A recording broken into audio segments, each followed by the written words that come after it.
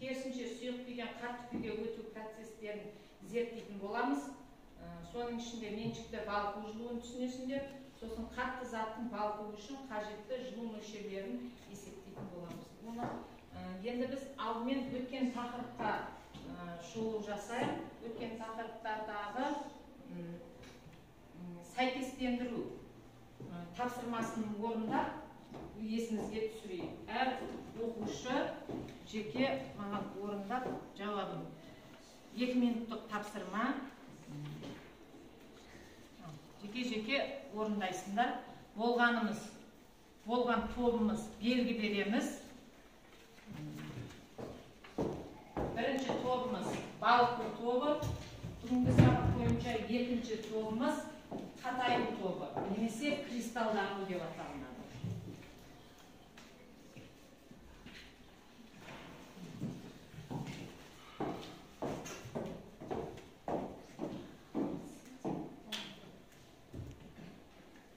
Бұл өтіп кеткен тақырыптағы тапсырма.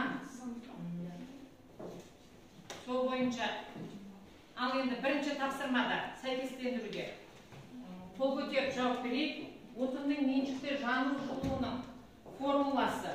Отынның жану жылуының өлшем бірлігі. Ал Бекзат жауап берейік. Отынның меншікті жану жылуының формуласы Q масса. Толығымен оқиық та? Өлшем бірлігі жол килограмм. Жарайды. Кім толықтырады бірінші тапсырманы? Бірінші тапсырманы кім толықтырады? Отынның меншікті жану жылуының формуласы және өлшем бірлігі.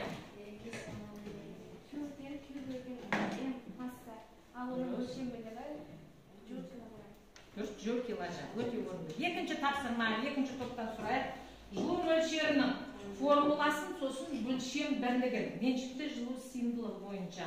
Мен жауап берейік. Ал көзімді айтам ғой. Динара. Формуласы Q тең SM Т2 минус Т1. Дұрыс, өлшем бірлігі жол. Дұрыс, өте орынды. Үшінші тапсырма, келесі топтан сұрайық. Балқу тобынан заттың меншікті жылу сыйымдылығының формуласы, өлшем бірлігі. Ал жауап береміз. Ал Диана, Индира, сен жауап бересің ба? Айта ғой. Q бөлген N, Т алған өлшем бірлігі, жол бөлген килограмм. Жол бөлген килограмм градусы бар, жарайды. Келесі екінші тапсырмада тағы қосып аларларың бар ма?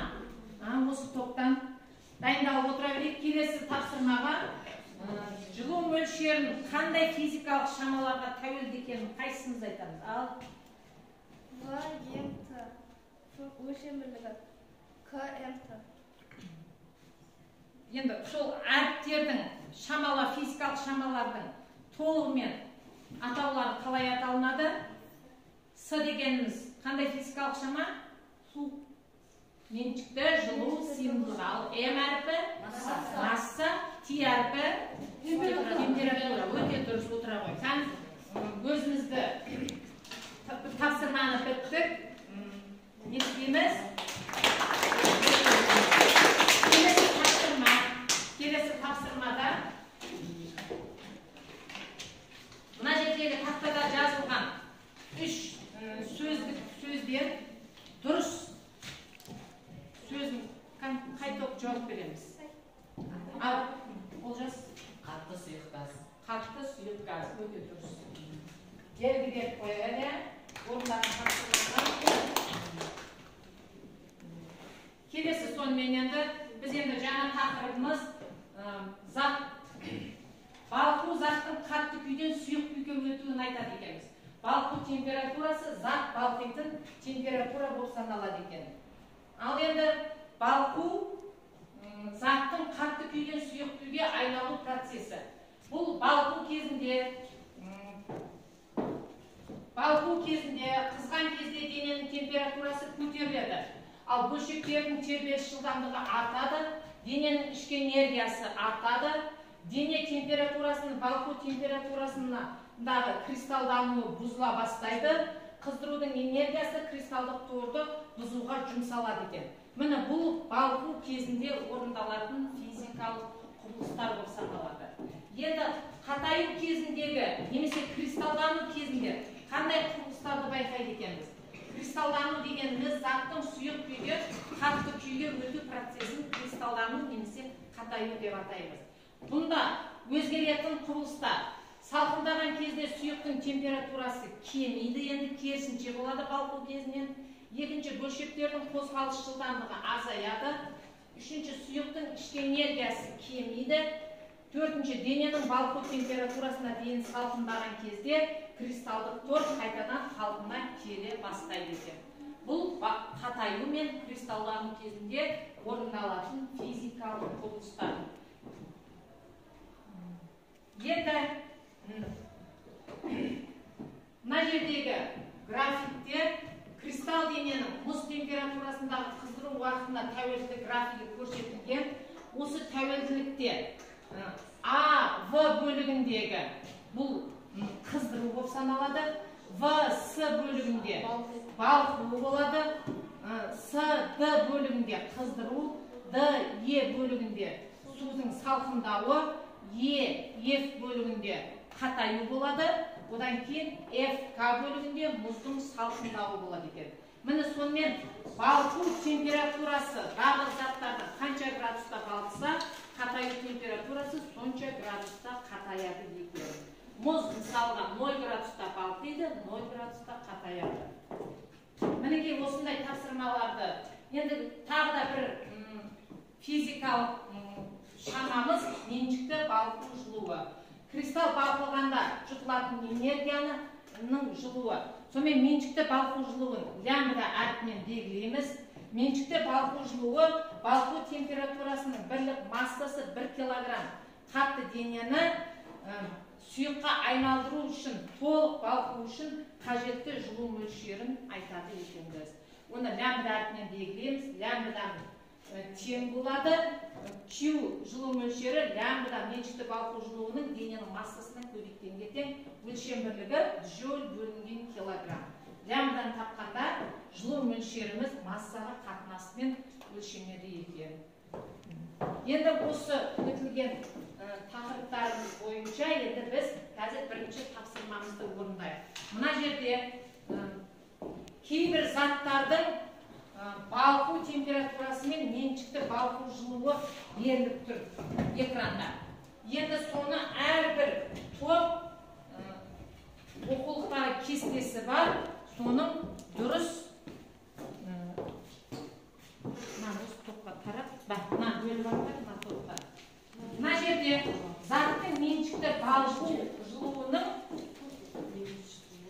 температурасы мен балқу жылуының тапқан білім алушы орнымыздан тұрамызда мына көрсетілген кестеге және шыға береміз. Ретімізбен алып асықпаймыз. Жай қазір бірінші мына балқу тобы жапсырып бітсін. Одан кейін келесі тобымыз екінші жапсырамыз. Меншікті балқу жылуының физикалық тұрақты шамалары арнайы кестеде көрсетілген. Асықпаймыз. Жайлап ретімізбен шығып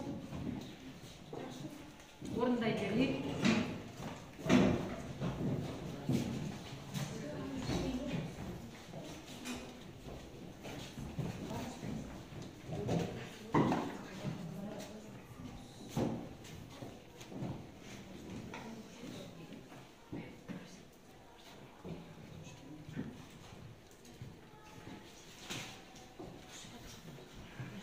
Ал балқу тобы орында болды, балқу тобы, Мына балқу тобы орындап бітті тапсырманы. Мына ал кристалдану әлі бар.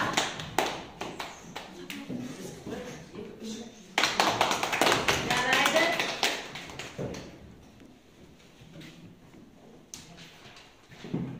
Өте орынды, өте жақсы. Екі шама қап кетті, Дұрыс.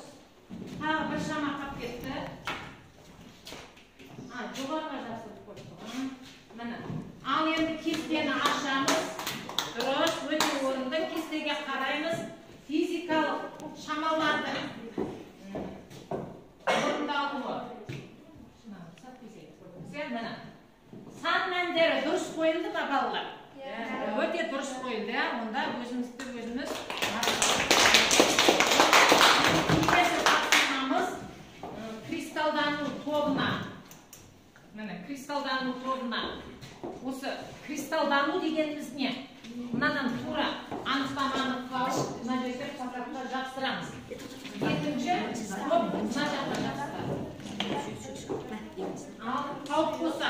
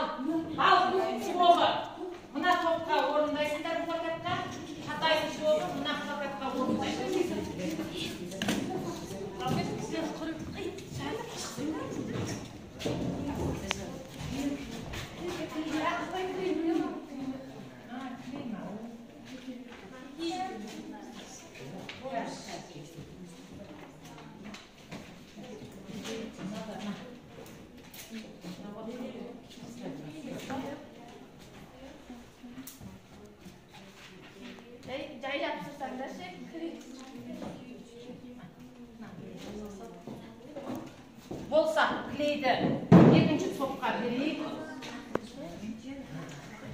Балқу тобы мен қатаю тобының орындаған тапсырмалары.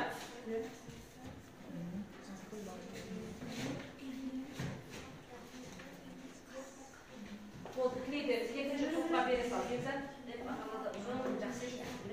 Бере сал. Ал болған топ өзімізді болған белгімізді білдіріп қояйық. Өте орынды. Келесі тобымыз. Ал өздерінің тапқан анықтаманы оқиық шыққан экраннан. Кәдімгі балалар оқиық шыққан анықтаманы. Ал Ингера орнынан тұрда оқи қой. Заттың қатты күйде сұйық күйге айналу процесі балқу деп аталады. Дұрыс, балқу деп аталынады екен. Дұрыс отыра қой. Рахмет. Ал екінші топ. Болды. Ал. Оқи. Заттың сұйық күйде қатты күйге айналу процесі кристалдану деп аталады. Дұрыс, кристалдану деп аталады. Рахмет. Енді келесі тапсырмамыз. Енді осы балқу және кристалдану кезінде қай уақытта балқиды, қанша градуста балқиды және қанша уақытқа созылады. Мен қазір экраннан ашайын. Мына жерде берілген тапсырма бойынша орындар тақтада орнымыздан тұрып жауап береміз. Графикті оқимыз. Графикті оқу деп аталынады тапсырма. Графикті оқу деп аталынады.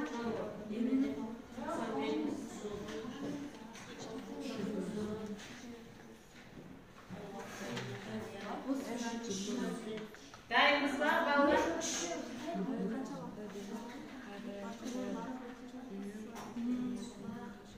Балқу тобы дайынбыз ба?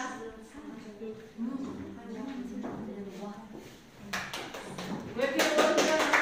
Мына топ дайындай берсін. Ал енді бірінші сұрағымызды оқимыз. Қай уақытта бірінің балқу басталады? Ал балқу қай уақытта басталады? 20 минутта. 20 минутта. Сонымен енді қай аралықты балқу деп көрсетсейші мына жерде. Дұрыс, басы. Өте орынды. Дұрыс отыра қой. Келесі екінші сұрағым. Қай уақытта және қатаяды? Екінші топтан жауап берейік кәні. 110 минут пен 90 минут 110 минут аралығында. 90 мен 110 минуттың аралығымен қанша минут болады? 20 минут болады. Дұрыс. Өте орынды, дұрыс. Келесі үшінші. Дененің балқу температурасы қаншаға тең? Жауап береміз. Дененің балқу температурасы қаншаға тең? Қатай қатаюын екінші топ жауап береді. Сен балық буын көрсет. Қай жерде? 120 градус. Өте дұрыс орында. Қатаюы қаншаға тең? Ол да 120 градусқа тең. Сонда балықтың температурасы мен қатаю температурасы бір-біріне не болады? Тең болады екен. Ары қарай үшіншісін оқимыз. Бірінші топ оқимыз. Дененің балқу температурасы қанша уақытқа созылады еді? Дененің балқуы 20 минутқа созылады. Өте дұрыс. Қатаю қанша уақытқа созылады? 20 минутқа созылады екен. Сонда екеуі тең болғандықтан екеуінің балқу температурасының уақыттары да қатаю температурасының уақыттары да бір-бірімен қандай болады екен? Тең бірдей болады екен. Келесі өте орынды, өте жақсы жауап бердік. Келесі тапсырмамыз мұздың еруі тест тапсырмасын алдым. 11-ші сыныпта қазір осы тапсырмалар келіп жатыр. Сол тапсырма бойынша қазір мұздың 5 сұрақ берген контекст сұрақ деп аталынады. Мен оқып өтейін контекст сұрақты. Суды мұздатқыш камерасында қатырып пайда болған 5 килограмм мұзды оқушы бірнеше ұсақ бөліктерге бөлді. Мұз бөліктерін ішінде термометрі бар стаканға салып, біраз уақыт бақылау жұмысын жүргізді. Термометр көрсетуінің уақытқа байланысты өзгерісіне сәйкес термометрді графиктен алынды. Температураларды мына жерде графиктен аламыз қазір көрсетілген. Сонымен мұздың меншікті жылу сыйымдылығы 2100 джоуль бөлінген килограмм көбейту градусқа. Мұздың меншікті балқу жылуы мына жерде де көрсетілген жаңағы неде 3,4 көбейту 10-ның 5 дәрежесі джоуль бөлінген килограмм. Ал енді жаңа біз графиктен көрдік. Қай уақытта қай әріпте балқыды? В мен С аралығында. Қай уақытта қатайды? Е. Мына жерде де жазылған. В, С, одан кейін қатаюы Е. Енді осыған қарап, мына жердегі тесттік сұрақтарға жауап береміз. Бірінші, мұздың кристалдық торы бұзылатын графиктің бөлігі қайсысы болады? Бірінші қатай. Орнымыздан тұрып жауап берейін. В мен С. Өте дұрыс. Екінші сұрағымыз суды қыздыруға сәйкес келетін графиктің бөлігі. С мен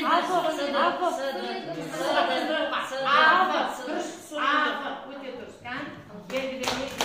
Үшінші, мұзды балқытуға қажет жылу мөлшері. Енді бұны есептейміз, тез-тез есептейміз жаңағы. Мына жердегі біз жаңағы мұзды балқытуға қажетті жылу мөлшері. Мына экранды мына жерге қояйық. Мына жерде көрмеді балқу, Q-тен, лямбда көбейту М. Енді экранды қайтарып көрсетпей қояйық. Сонымен лямбдамыз жоғар жағында берілгенде тұр, массада тұр жоғар жағында. Сонымен екеуінің көбейтіндісін аламыз. Ауызша логикалық жолмен есептейміз. Массасы қанша килограмм? 5 килограмм. Меншікті балқу жылуы қанша? 3,4 дәрежесі. 3,4-ті 5-ке көбейтеміз. Қанша болады? Тез-тез көбейтшілердер. Математикалық жолмен қаншаға тең? 17-ге тең. 17 дәрежесі қар? 1700 килоджоуль. 1700 килоджоуль. Өте орынды. Әрқайсысын біліп отырыңдар, неше сұраққа жауап бергендеріңді. Келесі.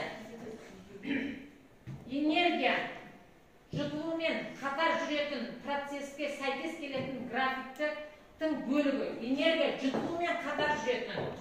Міне энергияның жұтылуы бөлінуі. Мінекей, энергия қай кезде жұтылады екен? Балқу кезінде.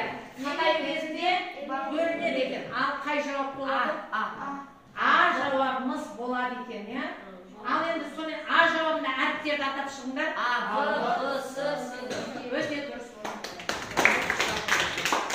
Ең соңғы сұрағымыз мұзды қыздыруға және толығымен ерітуге жұмсалатын энергия. Бірінші енді мұзды қыздырамыз, қыздыру. Ал ауызша есептейсіңдер. С меншікті жылу сыйымдылығы, массасы Т2-ні Т1-ден алып тастаймыз. Осыған орнына қойып есептейміз. Ал С-мыз қаншаға тең? 2100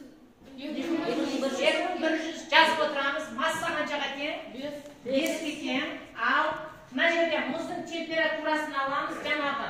мұздың температурасы қанша болды? 120 градус.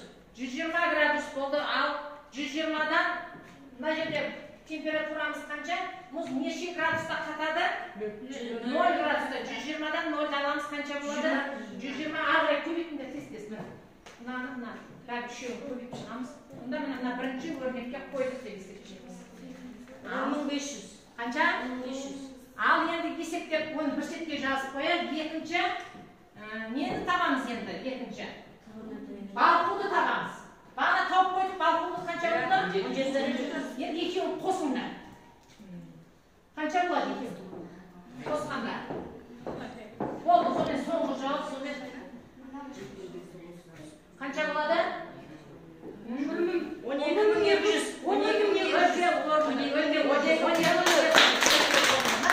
Контекст тесті осылай ауызша орындауымызға болады екен. Сонда бүгінгі сабағымызда біз меншікті балқу жылуының мүмкіндігі. Әрбір сабақтың мағынасына қарай осылай анықтамаларын, одан формулаларын, одан жаңағы графигін, одан кейін жаңағы ережесін осының бәрін білсек, біз контекст тестіде дұрыс орындай алады екенбіз. Ал енді мен қазір мынау кері байланыс таратып берейін рефлексиямды. Соған бүгінгі сабақтың қалай өтілгендігі туралы жазып бересіңдер.